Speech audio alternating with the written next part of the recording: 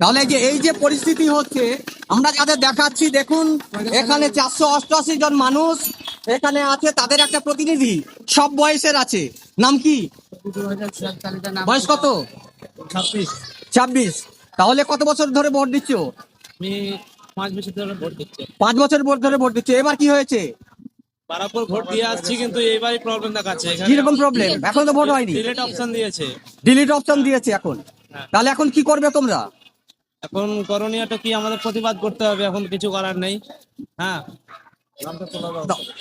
তাহলে নাম উঠবে কি মনে হচ্ছে? কোন রাজনৈতিক দল এসছে সাহায্য করেছে? মানে ওটাই তো আমরা বুঝে উঠতে পারছি না, যে আমাদের যে ভুল বলেছে, যে আমাদের ডিলেট অপশনটা দিয়েছে, কিন্তু কিসের জন্য ডিলেট হয়েছে, কেন ডিলেট হয়েছে, মানে এটা আমাদেরকে বলেনি। হ্যাঁ, তা আমাদের নির্বাচন কমিশনের কাছে একটাই আমাদের রিপোর্ট জানাচ্ছি, যে আমাদেরকে যে ডিলেট করেছে, আমাদের যত ভোটার লিস্ট যতগুলো আছি আমরা সবাইকে যে ডিলেট করেছে, তো কিসের জন্য ডিলেট করেছে এইটা যাতে ওরা বলে, যে না তোমাদের এই জিনিসটার জন্য, এই ভুলটার জন্য তোমাদের ডিলেট হয়েছে। আচ্ছা, আপনি কি পশ্চিমবঙ্গের অধিবাসী? হ্যাঁ, আমি পশ্চিমবঙ্গের অধিবাসী, আমরা বীরভূম জেলার। আমি বাপ বাপ কোথা থেকে এসছে? বাবা বাবা বীরভূমে, দাদু এখানে- দাদু দাদু এখানে। আমাদের বংশগত সব লিস্ট আছে, আমার বাবার নাম আছে কিন্তু আমার নেই, কারো কারো বাবার নাম থাকছে, ছেলেদের নেই। এমনকি এমন পরিবার আছে যাদের পুরো পরিবারের সব বাড়ির ভোটার লিস্টে নাম এসছে, হ্যাঁ, কিন্তু তার বাবার এসছে। তো এটা এক একজন এক এক রকম ভাবে ডিলেট করেছে। তো এটা আমার তো মনে হয় যে এটা কোনো জেনে শুনে ডিলেট করা হয়নি, মানে এটা ওরা ইচ্ছাকৃত ভাবে ডিলেট করেছে, কোনো কারণ ছাড়া, বিনা কারণে এরা ডিলেট করেছে, এটা আমার মনে হয়।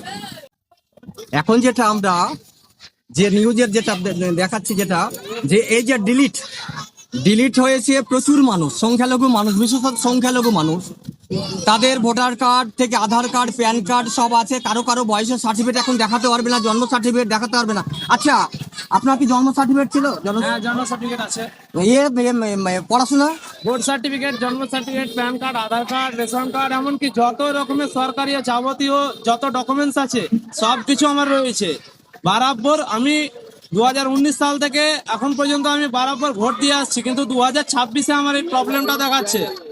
হ্যাঁ, এখানে আমার সব কিছু ডকুমেন্টস থাকা সত্ত্বেও আমাকে এরকম ভাবে ভোটার লিস্ট থেকে ডিলিট করে দেওয়া হয়েছে, কিন্তু আমি নিজেই জানি না যে আমাকে কেন ডিলিট করা হয়েছে।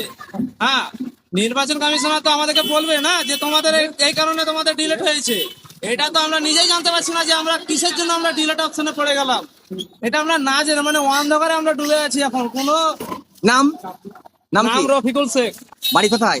বাড়ি বীরভূম, কোথায়? বান্দখালা, বীরভূম জেলার বান্দখালা গ্রাম।